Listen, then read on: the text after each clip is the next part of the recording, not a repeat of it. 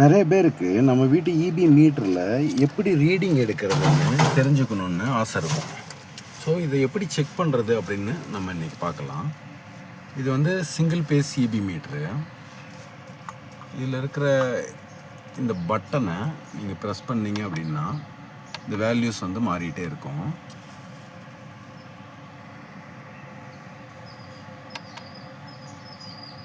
KWHன்னு இருக்கா பாருங்க,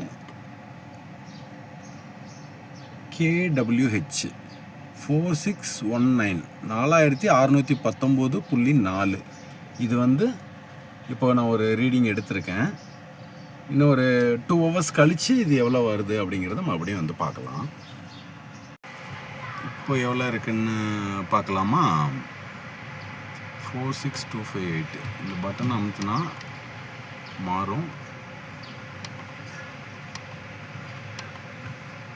kilowatt hour 4625.8.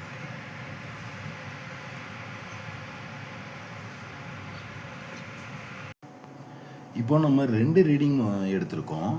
ஏற்கனவே எடுத்த முதல் ரீடிங் என்னென்னா 4619.4.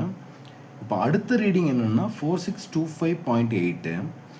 இந்த கடைசியாக எடுத்த ரீடிங்கில் முதல்ல எடுத்த ரீடிங்கை மைனஸ் பண்ணிங்க அப்படின்னா கிடைக்கிறது தான் யூனிட்.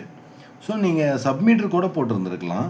இப்போ 1ஆம் தேதி நீங்கள் ஒரு ரீடிங் எடுத்து வச்சுக்கோங்க, அது வந்து ஓல்டு ரீடிங்னு கணக்கு வச்சுக்கோங்க. அடுத்த 1ஆம் தேதி நீங்கள் எடுக்கிறது வந்து நியூ ரீடிங்னு கணக்கு வச்சுங்க.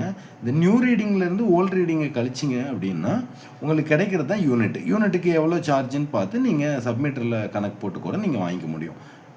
இப்போ நான் ஒரு எக்ஸாம்பிளுக்கு சிங்கிள் ஃபேஸ் மீட்டரில் நான் இப்போ காமிச்சிருக்கேன். 3 ஃபேஸ் மீட்டரில் எப்படி எடுக்கிறதுங்கிறது இன்னொரு வீடியோவில் நான் உங்களுக்கு சொல்கிறேன். நான் உங்கள் மின்சார மனிதன்.